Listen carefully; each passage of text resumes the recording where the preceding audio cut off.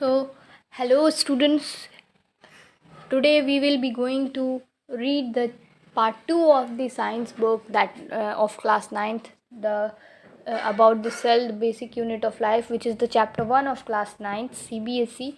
The first part I have already uploaded. If you have not seen it, then go and watch it and come back and see this video. Surely you will get some knowledge from that one as well and this one as well.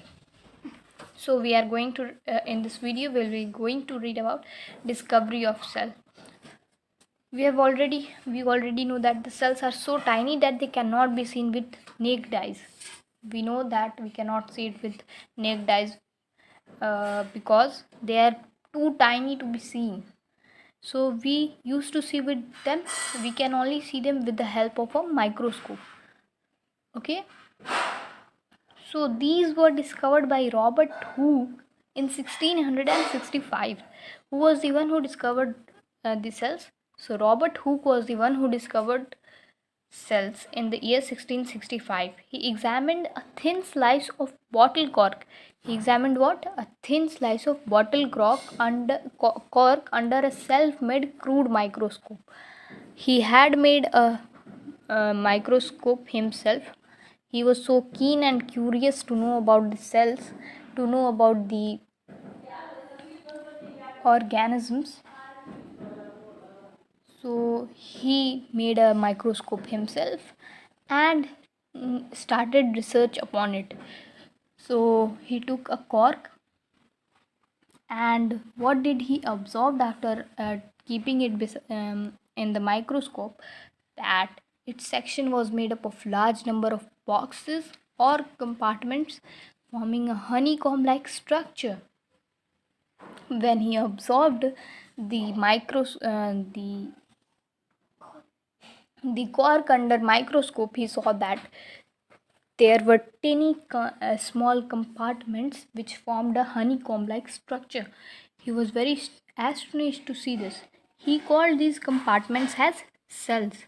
The word cell was derived from a Latin word by him, the word cellula. So cellula means what? Cellula means little rooms. So the cells seen by Hooke were all dead cells, and they had only empty spaces surrounded by a cellulose wall. When he saw that, he knew that they all are dead because there were no movement in them, and they were empty spaces surrounded by a cellulose wall. They were all surrounded by a cellulose wall. Cell, in today's time, cell denotes the living contents or the protoplast. We all know this. Now the second discoverer of cell, we can say, was Anton van Leeuwenhoek. Please pronunciate it right in a right manner, otherwise you will be going to write it wrong in examination. So Anton van Leeuwenhoek, 1674, he was a Dutch cloth merchant and a microscopist, observed a red blood cell unicellular organism from pond water, bacteria, sperm cells of human, fish and frog, etc. He observed all this under his microscope.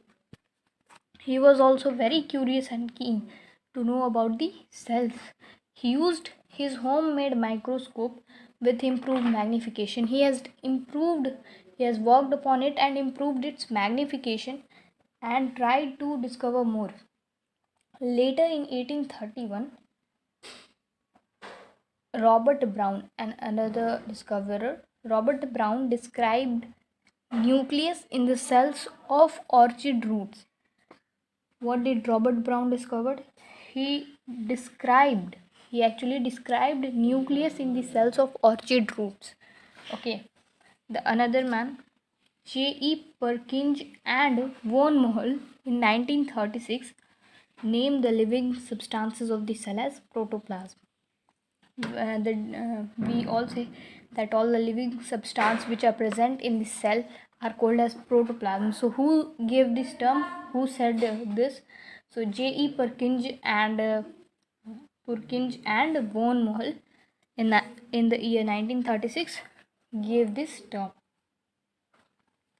So the next topic will be invention of microscope. We will be going to read it in our next video, in our third part.